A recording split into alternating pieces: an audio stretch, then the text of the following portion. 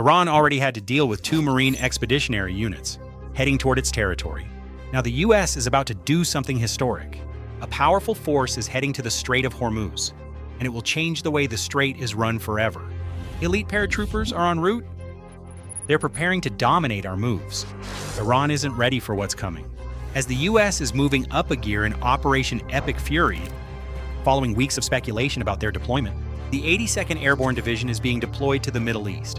The Pentagon announced the news on March 24th, and it amounts to the US sending over 2,000 of its most elite paratroopers into the war zone that has been created in Iraq. This is a huge escalation by the US, and is another hint that the US may be drawing closer than ever to putting boots on the ground, perhaps on Kharg Island as a means of reopening the Strait of Hormuz.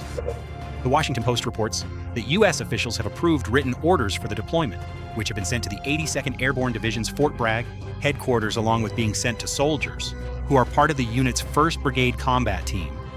This came in the wake of verbal orders having already been delivered.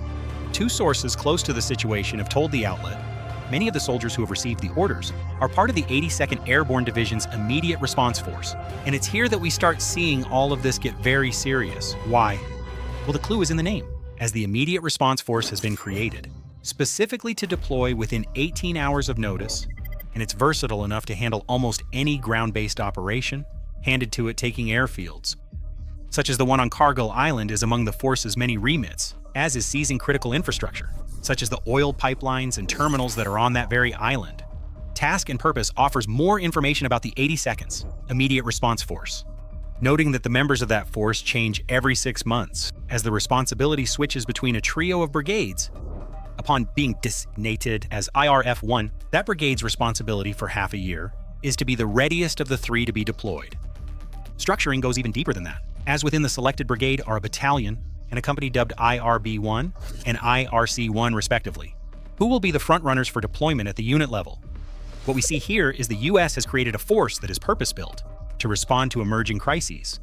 What's happening in the Strait of Hormuz right now is nothing, if not a crisis, especially as Iran's blockade of the strait has led to oil and gas price chaos. Pressure is being placed on the US by its international partners, along with non-partners who are being affected by the issues in the strait, and the deployment of the 82nd Airborne Division may be America's answer. In terms of how it's going to relieve that pressure, Kharg Island will likely be the key, but what the US may have planned there could end up being an escalation too far in Operation Epic Fury. As for the 82nd, speculation has been rife for weeks that something like this is about to happen. On March 6th, the Washington Post reported that a big change of plans led to rumbling that the division was about to head out to Iran.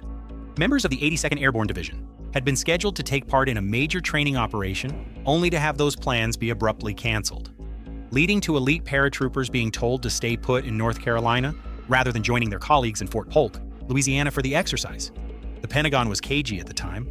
All it told reporters was, due to Operation Security, we do not discuss future or hypothetical movements.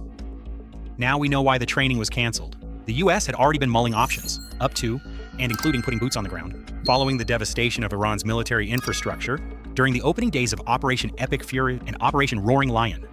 With the Strait of Hormuz becoming a major problem for the US on the global, geopolitical level, what started as a training cancellation has moved to full-on deployment. We still don't know what the 82nd will do once it arrives in the Persian Gulf region, but the odds are that a ground assault on Kharg Island is high on the agenda.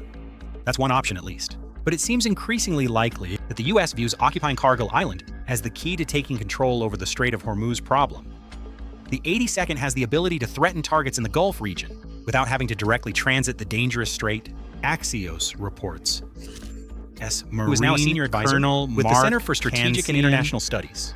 International Security Program is stating Kharg Island falls into that remit, as the 7.7 square mile island is located to the northwest of the strategically vital strait, making it far enough away for the 82nd to avoid the strait entirely, though close enough, and as you'll soon find out, important enough to make capturing the island worthwhile for the US.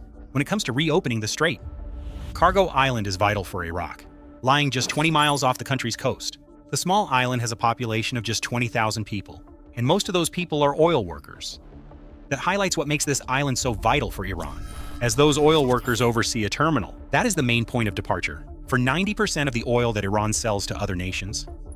That oil is the Iranian regime's economic lifeline.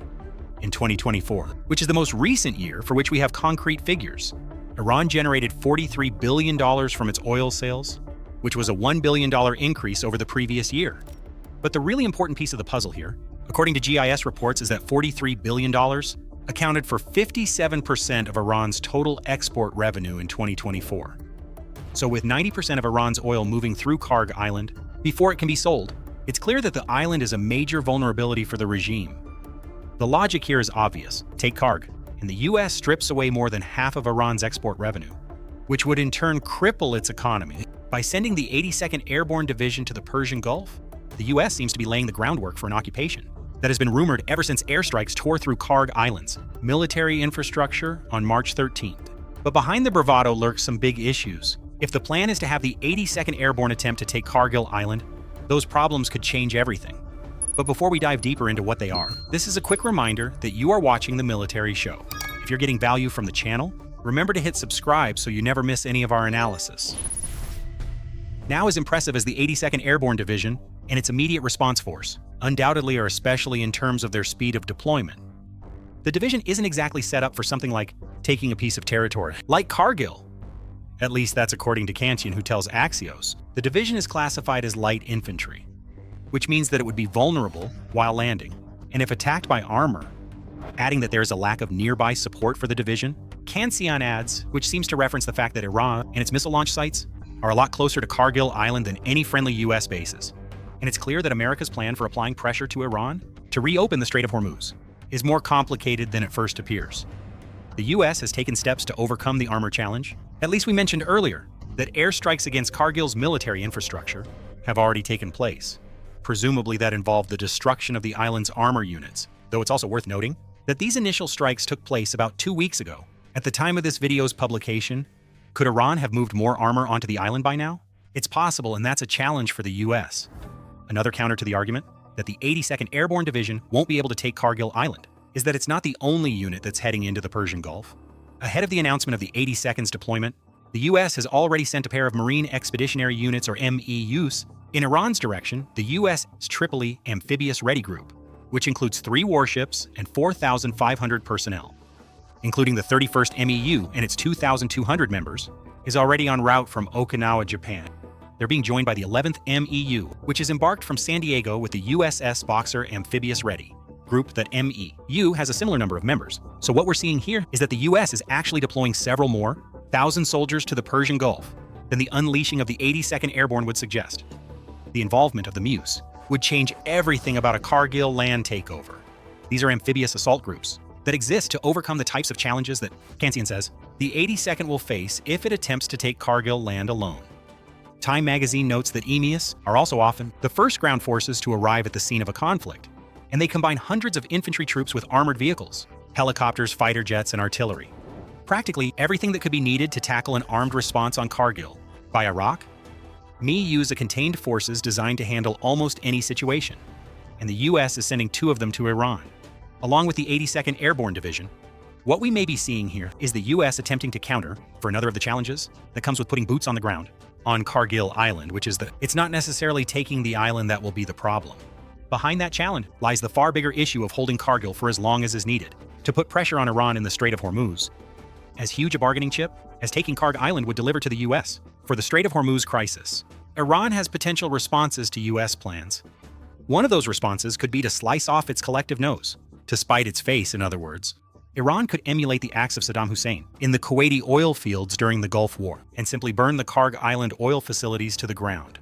Before the US gets its hands on, that would take away the bargaining chip and give the US forces a massive fire to deal with, from which they can't easily move upwind, especially if Iran times the destruction so that it occurs after America's forces have occupied.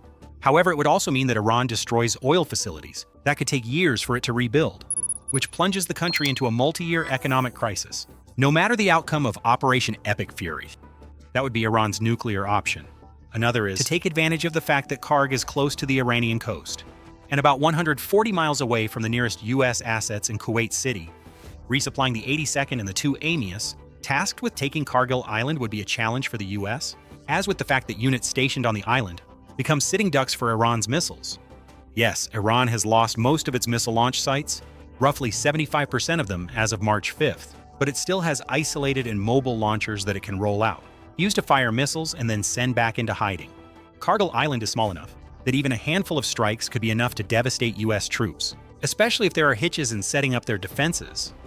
These are all challenges that the US can overcome. The MEUS en route to the Gulf region still haven't arrived, and the 82nd Airborne Division is behind them. If Kharg Island is the goal, the US is building up an appropriately sized force for taking and holding the island.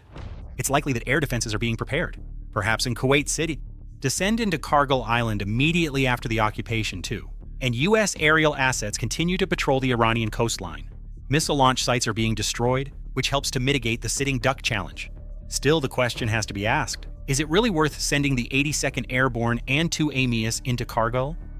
To the US, the answer is likely a resounding yes, though there is also another reason why all of this ground power could be heading to Iran. Before we explain what that is, the Kharg Island occupation would be all about reopening the Strait of Hormuz. We've already told you that. The island would be a major bargaining chip, and it's one that the US would be delighted to be able to play. Given what's happening in the strait right now, this single waterway has mostly been blocked off by Iran since the start of Operation Epic Fury, which is an issue given that 20% of the world's oil and liquefied natural gas passes through the strait. Iran has been playing the one major card that it has, and we've seen the results over the past few weeks. According to Hellenic Shipping News, fewer than 100 merchant ships have managed to sail through the strait between the beginning of March and March 23rd. For context, almost 140 ships sailed through the Strait of Hormuz daily before Operation Epic Fury began. Now the average is down to 5 or 6. Most of those are sailing under Iran's flag, or are linked to Tehran's regime. Iran has also started to look at the Strait of Hormuz situation as a way to pull in a little extra money. In a March 24th report, The Telegraph said that Iran has created regime-approved routes through the Strait of Hormuz that just happen to funnel ships into what amounts to a waterborne toll booth system. Fees for safe transit climb as high as $2 million. The outlet reports Iran might claim that means it has reopened the strait. The US, and likely the rest of the world, would counter by pointing out these fees are so ludicrously high that they're clearly designed to prevent all but the most desperate merchant ships from passing through. It wouldn't be accurate to claim that taking Kharg Island would outright solve the Strait of Hormuz problem, but it would help. The billions that the US could take out of Iran's economy by controlling that island's oil infrastructure, using its MEUS and the 82nd Airborne, would create more pressure on the Iranian regime. The pressure would mount on top of the economic concerns that have led the regime to the position right now that the US could offer access to Kharg in exchange for reopening the Strait of Hormuz, and Iran would have to seriously consider that offer. But so far we've looked at the boots on the ground option. There is another, as Time reports. The US claims that ceasefire talks between the US and Iran have tentatively started well. Maybe there's a lot of confusion about those talks right now. According to US President Donald Trump, the talks are happening because Iran is completely desperate to make a deal. Following the destruction of so much of the regime's military infrastructure on March 24th, Trump also declared that making sure that Iran has no nuclear weapons is a key American focus, and that the current regime has promised that it won't build any nukes. All of this is reportedly on top of a 15-point plan for a ceasefire that the US has created, which AP News says may include non-starter negotiation topics related to Iran's ballistic missile program and its support of regional militias and proxy groups. So progress, right? Not according to Iran. The Iranian military claimed on March 25th that the US is failing to achieve its goals and that it's essentially negotiating with itself. The spokesperson for the Unified Command of Iran's Armed Forces, Ibrahim Zalfakhari, has said as much, declaring, "Has the level of your inner struggle reached the stage of you negotiating with yourself?" Before adding, "Don't call your failure an agreement."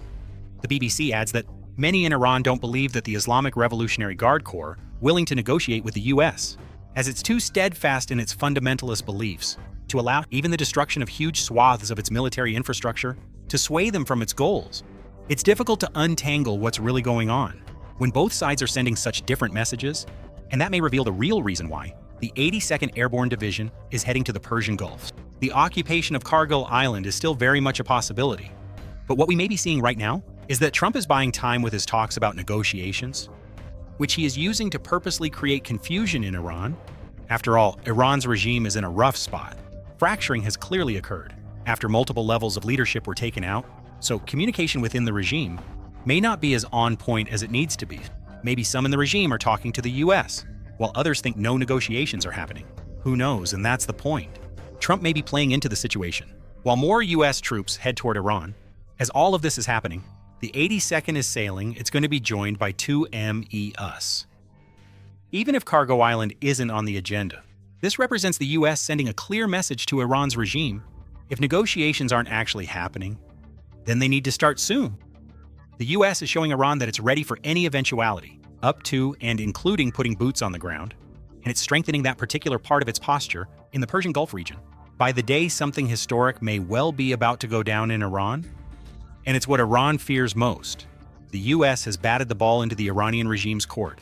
How the regime responds will determine what happens next. If the US is planning to take Kharg Island to force the loss of Iranian control in the Strait of Hormuz, it's setting up well for the possibility. Before announcing the deployment of the 82nd Airborne Division, the US unleashed massive bunker-busting bombs on underground missile sites throughout the Strait of Hormuz coast. Those strikes alone could reopen the critical waterway. You can find out all about them in our video. And if you enjoyed this video, make sure you subscribe to The Military Show so you don't miss out on any of our Operation Epic Fury coverage. And thank you as always for watching.